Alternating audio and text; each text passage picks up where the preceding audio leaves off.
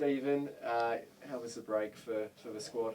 Yeah, good. I think it was. It was a tough one to take. The Canberra loss was a tough one to take. So to have a bit of time to reflect and refresh everybody was pretty good. Yeah. What was the message to the squad when they came back? Obviously, they would have been disappointed to lose that Canberra game. I think we had an opportunity there to put the whole situation somewhat in our hands, and we let that slip with, what was a first half performance that we're not proud of. But I thought the second half was really good, and we just got to build on that now, and we've got to learn from those mistakes.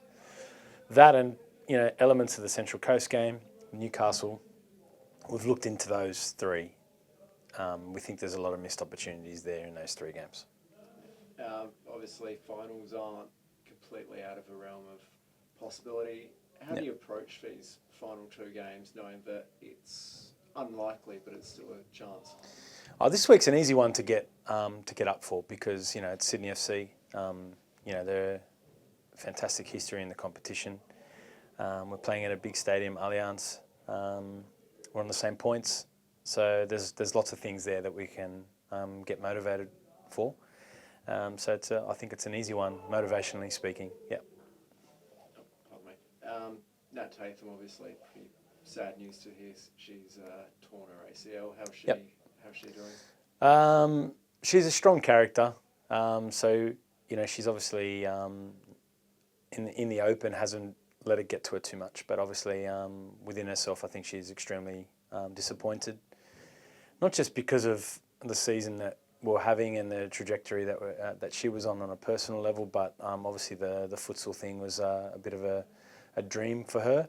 And so for there to be a futsal women's team and then her to be so close to be, realising that dream, and then for that to happen to her, I think was pretty difficult for her to take. So yeah, she actually gets surgery today.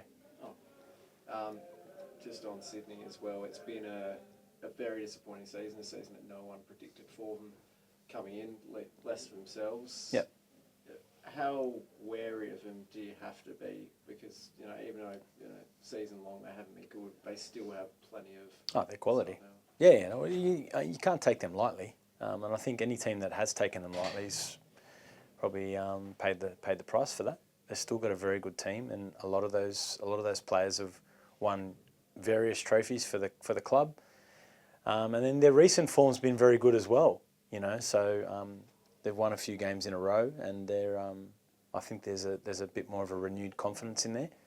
But we're not going there to help that. We definitely want to go there and show what we're capable of doing. And for us, we want to really chase that elusive first away win of the season. To be honest, it's the last one, so it's our last chance to do that. So, injuries-wise, Stephen, or squad-wise, any players coming back in? Any concerns coming out of the Canberra game? Obviously, Nat was the big one. There's a few niggles here and there. I think Izzy Folletta had like whiplash, so that wasn't particularly great. So she's been nursing that whiplash in a football game.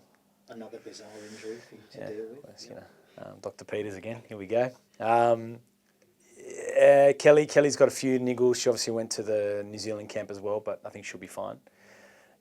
Casey's got a couple of things.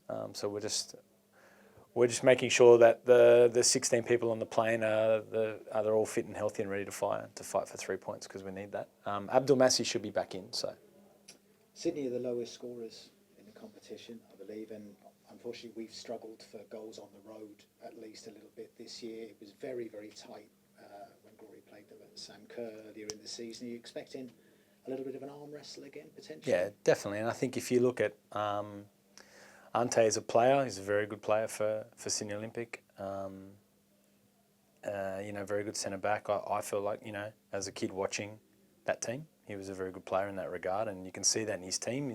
He likes to be organised and play that very pragmatic style at the back, especially. And I think, they'll be a tough opponent in that regard. But they've also got the quality to score goals. We're looking at, Mackenzie Hawkesby, he's their top scorer. But then, he's bringing Abini and Shay Connors, off the bench and Millie Farrow off the bench. So not bad.